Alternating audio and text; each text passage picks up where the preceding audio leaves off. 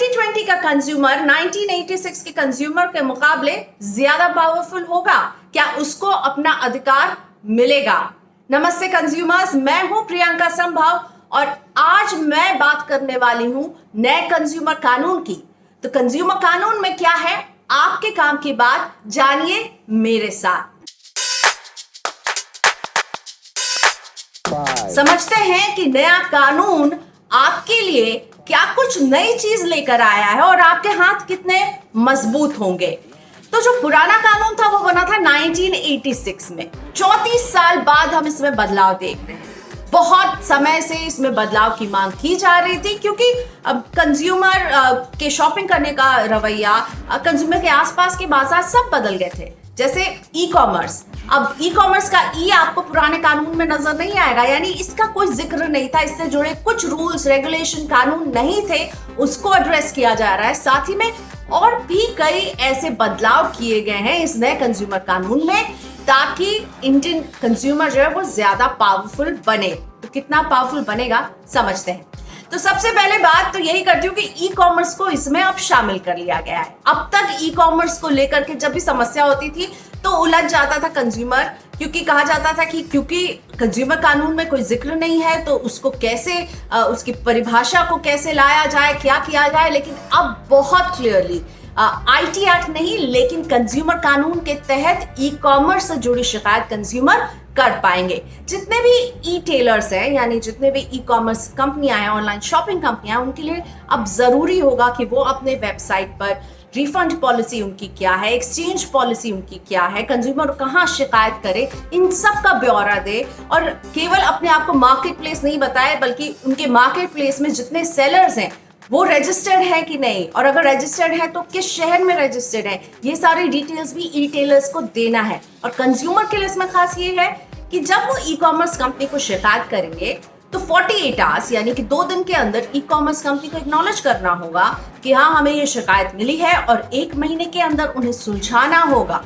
तो ये e commerce को इसमें शामिल किया गया है और डिफाइन किया गया है कि कंज्यूमर के अधिकार क्या होंगे, क्योंकि अब तक ई कॉमर्स को लेकर कंज्यूमर कानून में कोई भी बात नहीं कही गई थी। तो ये एक बड़ा बदलाव है इस नए कंज्यूमर कानून 2019 में। दूसरी बात, इस कंज्यूमर कानून में ये कहा गया है कि अब कंज्यूमर कहीं से भी बैठ करके किसी भी कंपनी के खिलाफ शिकायत दर्ज कर सकता है। ऐसा नहीं है कि अगर उसने मान लीजिए शहर ए से कुछ खरीदा और वो शहर बी में जाकर रहने लगा है, तो पहले क्या होता था कि अगर उसे जिस शहर से उसने सामान खरीदा है उसमें नहीं है तो वहीं जाकर के उसे कंप्लेंट दर्ज करनी होती थी। लेकिन अब वो शहर बी में रहे, शहर सी में रहे और शहर ए में है वो कंपनी या वो दुकान जिससे उसने सामान खरीदा है, वो कहीं पर भी उनकी शिकायत दर्ज कर सकता है कंज्यूमर फोरम में जाकर के। कंज्यूमर कोर्ट कह लीजिए, कंज्यूमर फोरम कह लीजिए, या फिर ऑफिशियली अब इन्हें कंज्यूमर कमीशन कहा जाएगा। तो कंज्यूमर कमीशन का जो दायरा है, जो उनका ज्यूरिसडिक्शन है, उसे बढ़ा दिया गया है। डिस्ट्रिक्ट कमीशन की अगर बात की जाए तो अभी तक केवल 20 लाख रुपए तक के केस जो होते थे वही जा सकते थे, लेकिन अब इनके ज्यूरिसडिक्शन में 1 करोड़ तक के केस आएंगे।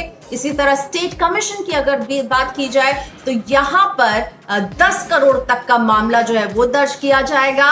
और अगर नेशनल कंज्यूमर फोरम NCDRC की बात की जाए तो वहां पर 10 करोड़ से ऊपर के जो मामले होंगे वो दायर किए जाएंगे। साथ ही में अगर आपकी कंप्लेन जो है वो 5 लाख रुपए से कम, उसमें कॉम्पनसेशन की आप मांग कर रहे हैं या जो प्रोडक्ट की आप शिकायत कर रहे हैं वो 5 लाख से कम है, तो आपको कोई भी फीस नहीं लगेगी कंज्यूमर कमीशन में जाने के लिए। 5 लाख से ऊपर का अगर मामला है तभी आपको एक फीस देनी होगी। इस नए कंज्यूमर प्रोटेक्शन कानून में जो सबसे नई चीज मुझे एक और नजर आ रही है वो है प्रोडक्ट लायबिलिटी। अभी तक पुराने कानून में इसका जिक्र कहीं नहीं मिलता था, लेकिन इसमें क्लियरली डिफाइन किया गया है प्रोडक्ट लायबिलिटी, जिसमें कौन कौन लायबल होगा। प्रोडक्ट का मैन्युफैक्चरर, प्रोडक्ट का सेलर, और अगर उस सर्विस को कोई प्रोवाइड कर रहा है, डिस्ट्रीब्यूटर है, तो वो भी इसमें शामिल होगा। तो केवल अगर उसमें कोई मैन्युफैक्चरिंग डिफेक्ट है तो वो केवल और केवल मैन्युफैक्चरर की ही जिम्मेदारी नहीं होगी, जो उसे बेच रहा होगा, जो उसे कंज्यूमर तक पहुंचा रहा होगा, उसकी भी जिम्मेदारी इसमें मानी जाएगी। तो इस बार मैन्युफैक्चरिंग डिफेक्ट को बहुत क्लियरली कंज्यूमर कानून में हम देख रहे हैं डिफाइन किया गया है। और अगर सामान में कुछ खराबी है जिसकी वजह से मान लीजिए कंज्यूमर को चोट लग जाती है तो 5 लाख रुपए तक का जुर्माना हो सकता है, 7 साल तक की जेल हो सकती है। और ये जुर्माना जो ये केवल और केवल मैन्युफैक्चरर की लायबिलिटी नहीं होगी, इसमें उसके बेचने वाले की भी जिम्मेदारी होगी। और भगवान ना करे ऐसा हो, लेकिन अगर कंज्यूमर की उस प्रोडक्ट से चोट लगने से मौत हो जाएगी तो 10 लाख तक का जुर्माना है और 7 साल तक की जेल हो सकती है।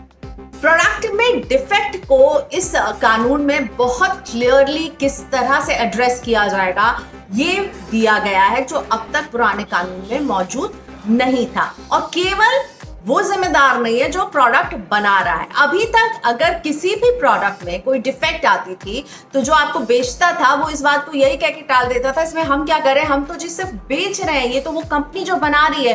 फिर आप सोचते थे वो कंपनी जो बना रही है अब उसका हेड ऑफिस कहाँ है, उसको लिखा जाएगा, उससे जवाबदेही होगी और उसके बाद उसके पास लॉयर्स होंगे। अगर आप कंज्यूमर कमीशन में चले जाएंगे तो वो जो है लंबी चौड़ी जो है वो आपसे लड़ाई लड़ते हैं। लेकिन अब आप उस व्यक्ति को जो आपको बेचेगा उससे भी लायबल ठहराएंगे और जो ये प्रोडक्ट बनाएगा और उसमें कुछ खराबी है तो उसकी भी जिम्मेदारी उतनी ही होगी।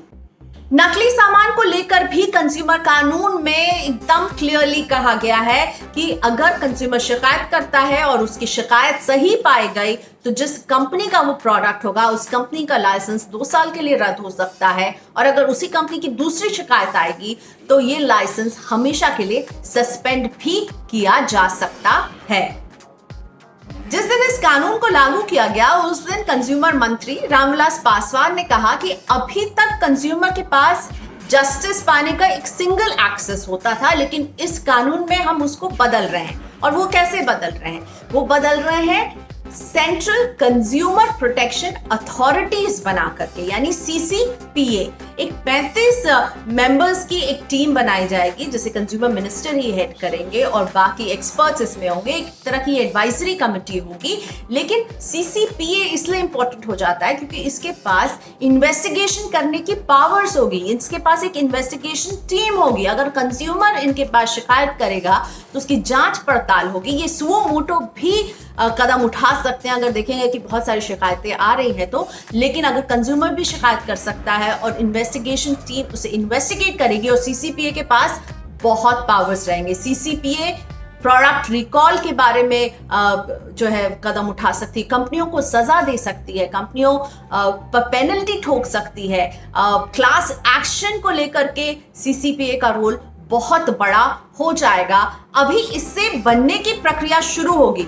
अनाउंसमेंट मुझे बहुत अच्छा लग रहा है, लेकिन CCPA अगेन मुझे लगता है जब तक कि लागू नहीं होगा, जब तक कि इम्प्लीमेंट नहीं होगा, तब तक हम इसके जितनी भी बड़ाई कर लें कोई फर्क नहीं पड़ता है, क्योंकि की रहेगा इम्प्लीमेंटेशन। तो CCPA एकदम सही दिशा में कदम है, लेकिन बन तो जाए तभी जाके कंज्यूमर असली में राहत की सांस ले पाएंगे। मिसलीडिंग एडवर्टाइजमेंट को लेकर भी नए कंज्यूमर कानून में अब क्लियर गाइडलाइंस और क्लियर नियम नजर आ रहे हैं। कंपनी और वो सेलिब्रिटी जो इन एड्स को करता है, इन दोनों की जिम्मेदारी फिक्स कर दी गई है। और अभी तो यही नजर आ रहा है कि कंपनी की जिम्मेदारी ज्यादा है, क्योंकि अगर कोई कंपनी मिसलीडिंग एड देगी और ये साबित हो जाता है कि उन्होंने तथ्यों को तोड़ मोड़ कर प्रस्तुत किया या फिर उन्होंने कुछ बढ़ा चढ़ा कर अपने प्रोडक्ट को दिया, उस प्रोडक्ट में वो खूबियां नहीं है, तो ऐसे में उस कंपनी पर 10 लाख से लेकर के 50 लाख तक का जुर्माना लग सकता है, 5 साल की जेल भी हो सकती है। लेकिन जहां तक बात सेलिब्रिटी की है, तो इस कानून में एक तरह से सेलिब्रिटीज को यह संदेश भी दिया जा रहा है कि वो कोई भी जब ऐड करें तो अपनी ड्यू डिलिजेंस जरूर कर लें, क्योंकि ये लीवे सेलिब्रिटी को दिया जाएगा कि अगर वो ये साबित कर दे कि जी हमने चेक किया था, हमने इस तरह से चेक किया था, तो वो बच सकते हैं। लेकिन अगर वो दोषी पाए गए तो उन्हें 10 लाख तक का जुर्माना देना पड़ सकता है, हो सकता है उन पर कुछ बैन भी लगाए जाएं। लेकिन जेल के प्रावधान से सेलिब्रिटीज अभी इस नए कंज्यूमर कानून में बच गए। तो कंपनी के रिप्रेजेंटेटिव्स जेल जा सकते हैं, सेलिब्रिटी नहीं, लेकिन जुर्माना दोनों पर लग सकता है।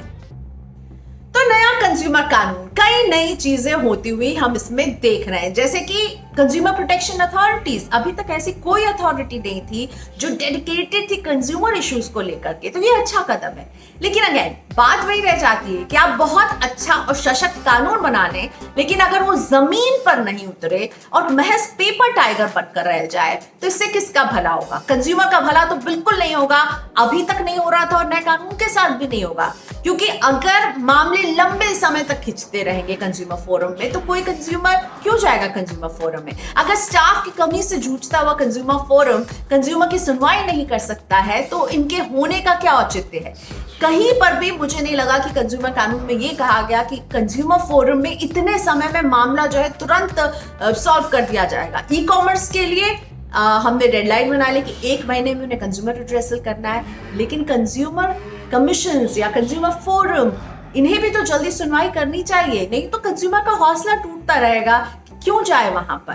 कानून अच्छा है, लेकिन अब असली चुनौती होगी इसे लागू करना, तभी कंज्यूमर किंग कहलाएगा, नहीं तो फर्जी किंग ही बना रहेगा।